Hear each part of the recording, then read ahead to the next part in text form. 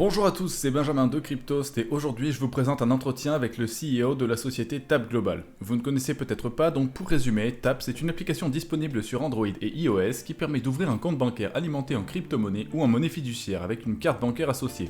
Cette application vous permet notamment de dépenser votre crypto dans des magasins grâce à la carte ou d'en acheter sur l'application avec vos euros en un clic. Et c'est mon confrère Vincent Kersusan de CryptoPaid qui a décidé de réaliser cette interview avec Arsen Torosian, le dirigeant de la société TAP.GLOBAL. Voici donc sans plus attendre la vidéo.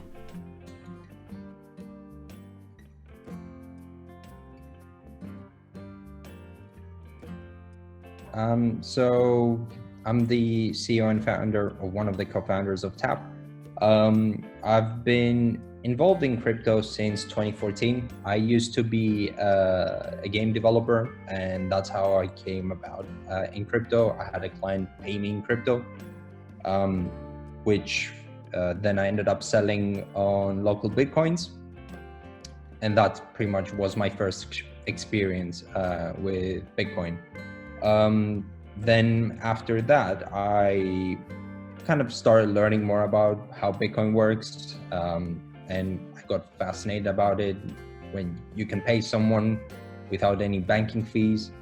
Then I kept doing my development. I used to continue creating games for clients, and I still kept getting paid in Bitcoin. And then I realized that I was losing quite a bit of money every time I used to sell to brokers on local Bitcoins. So I decided to become one. Since I had some Bitcoin laying around, I started selling it myself. And then I realized I can make more money selling Bitcoin rather than developing games. And that's pretty much when I went full in becoming a Bitcoin broker, and I quit development altogether. As far as you probably know, banking and crypto don't go well together. And I learned it the hard way. I started getting my bank accounts closed in the UK. I'm pretty much blacklisted from every single bank there. And that's where I ended up coming out with the idea of TAP. I thought, okay, if I'm having this issue, others are having it as well. And plus, my business wasn't scalable. I couldn't just sit on local Bitcoins 24/7 trying to sell Bitcoin. And also, I knew that one day there's going to be a business that's going to just dominate the market, and then I'm going to lose all my clientele because they're just going to go to an automated service that does all this through a phone rather than just come and open a trade with me, wait to receive their coins, being afraid if they're going to get scammed or not. And that was pretty much where the idea of TAP came from. And that was back in 2016.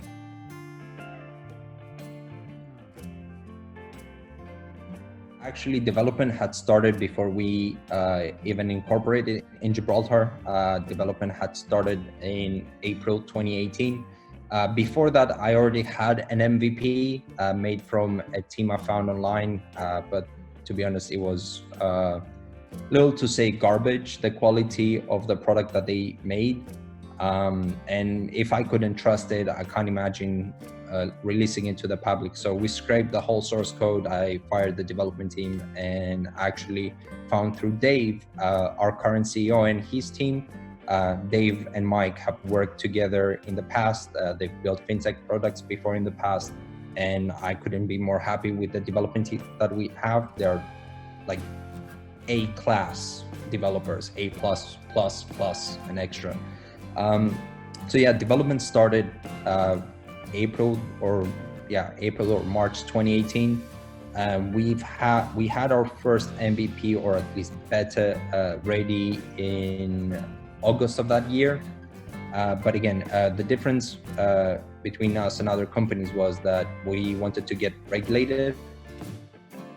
So we also, back in 2018, Gibraltar released the DLT framework. So we came here in order to get licensed as well, so we can give the extra comfort to our users that we're doing things properly, the right way. Unfortunately, we made a few mistakes while we were getting the DLT license, so that's why it took us about 20 months in order to get the license. But yeah, it's been a long journey. In terms of going live, the product was ready in August last year, but we couldn't go live until we received our license. So we received our license in February 2020, and that's when we just put the app on the App Store and just went live.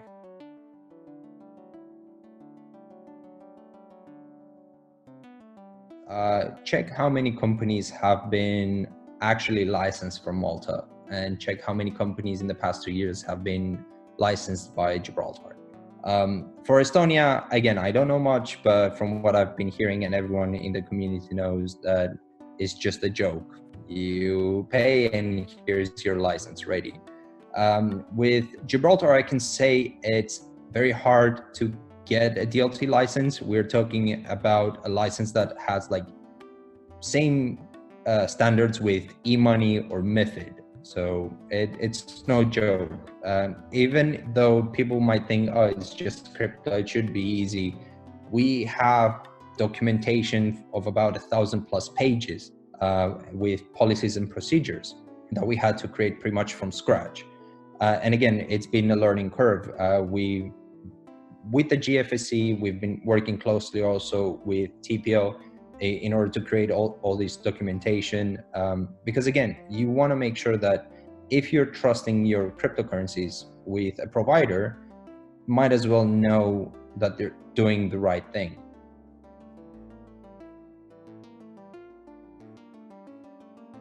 Not really, because the DLT license is not passportable. There isn't an EU-wide framework for the DLT. It's mostly to show that, again, if one day there is one, which we think it hopefully will come soon, any EU-wide framework, that would be perfect, and hopefully by then our DLT license is able to be passported. And in terms of e-money license, our issuer has already a Brexit plan. They've already been incorporated in Malta. They've gone through their e-money application, so we're safe from that side.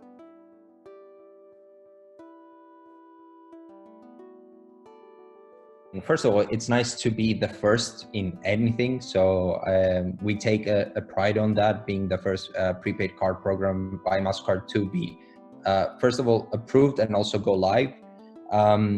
The talks were kind of extensive. In order for us to get just the approval for our card program, it took us around 7 or 8 months from application to actual approval.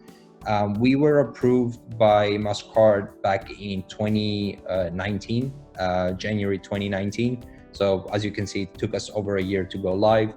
But yeah, it wasn't easy, let's say that. But again, we've worked close with MasterCard and we work close with TPL as well to be sure that everything we do is compliant. Anything that we send out, either it's a PR statement or if it's just any marketing material, our website, we make sure that we run everything by them to keep everyone satisfied. Because again, we are an open book. We are not looking to do all the dodgy things that most card programs have done in the past. I'm pretty sure you're familiar with most of them and all the dodgy things they've done. So again, we're trying to be an open book with all our partners because again, that's how you build a proper business.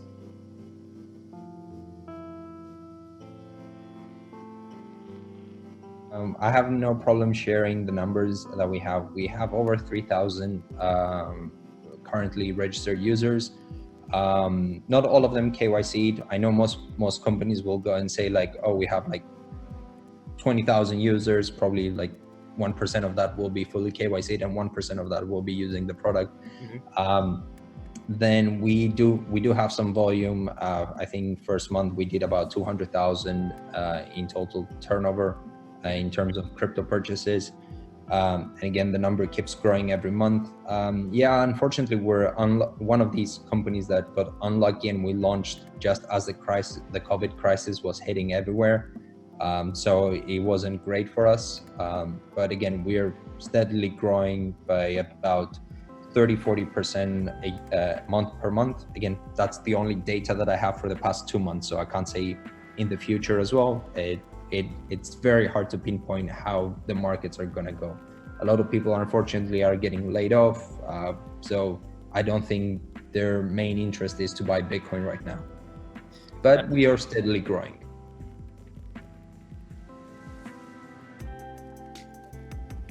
All depends on user acquisition and user behavior.